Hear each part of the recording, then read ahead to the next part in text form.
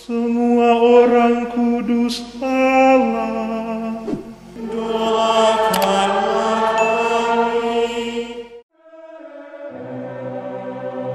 Santa Agnes hidup pada akhir abad ketiga. Ia lahir di Roma pada sekitar tahun 291 dan wafat pada tahun 304 di usia sekitar 13 tahun.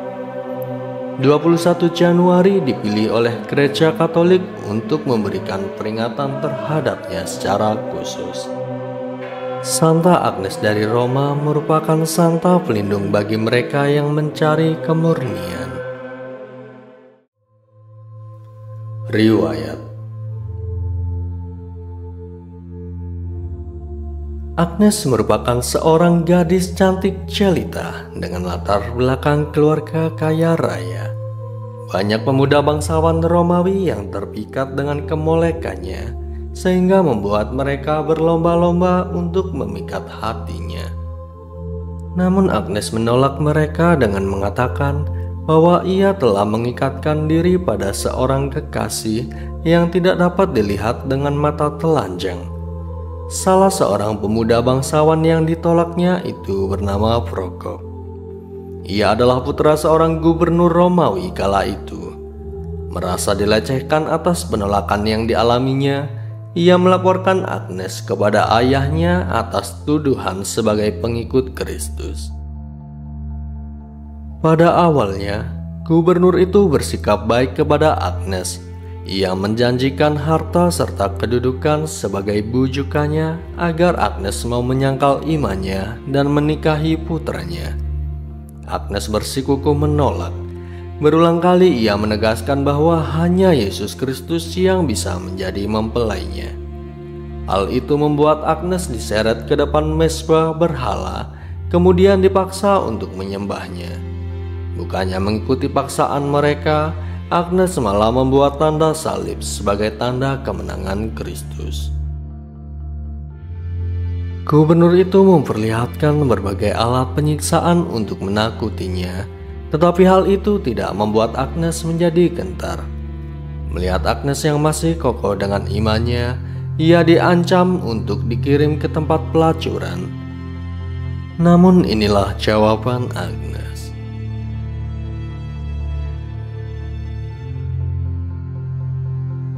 Mendengar hal itu, gubernur memerintahkan agar Agnes dibawa ke tempat pelacuran saat itu juga.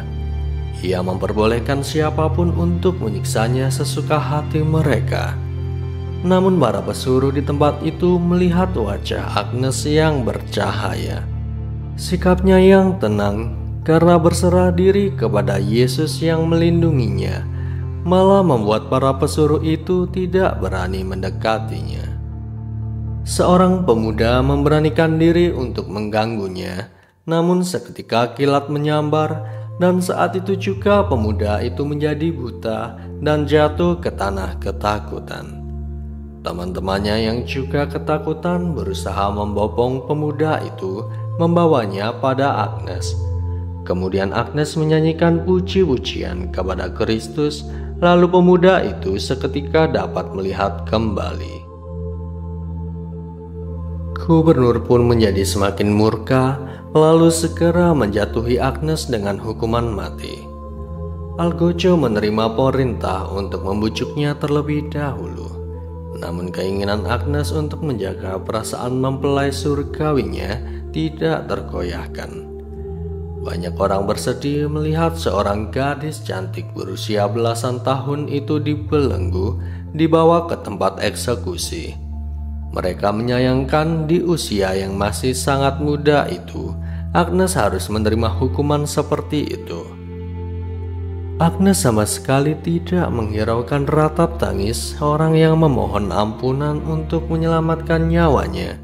Malah, ia merasakan sukacita karena dapat segera bertemu dengan mempelainya. Berikut adalah kata-kata terakhirnya.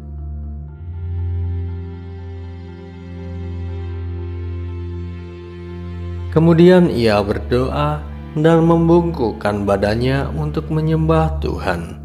Seketika itu juga pedang mengucam tubuhnya dan mengantarkannya menuju kekasihnya. Jenazah Agnes dimakamkan di pemakaman keluarga di Via Nomentana dekat kota Roma. 50 tahun kemudian, Kaisar Kudus Konstantinus Agung yang sempat disinggung pada beberapa video sebelumnya mendirikan gereja besar di tempat itu. Tubuh Agnes disemayamkan di bawah altar gereja itu. Gereja itu diperbesar pada abad ke-7 dan kini dikenal dengan nama Basilika Santa Agnes.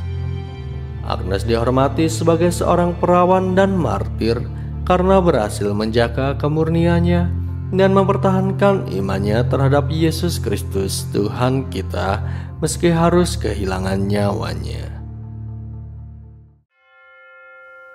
Arti nama Agnes berasal dari bahasa Yunani, yaitu Hagnos yang berarti suci. Nama Agnes sendiri sering dikaitkan dengan bahasa Latin Agnus yang berarti anak domba. Variasi nama.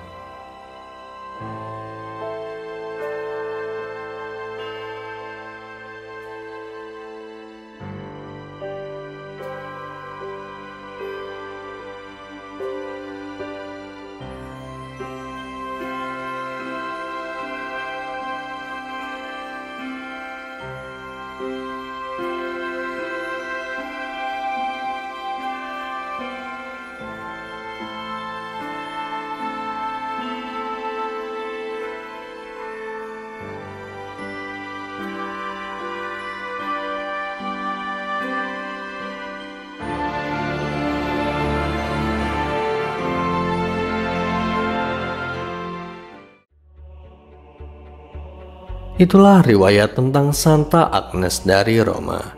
Di usianya yang masih sangat muda, ia teguh mempertahankan iman dan kemurniannya.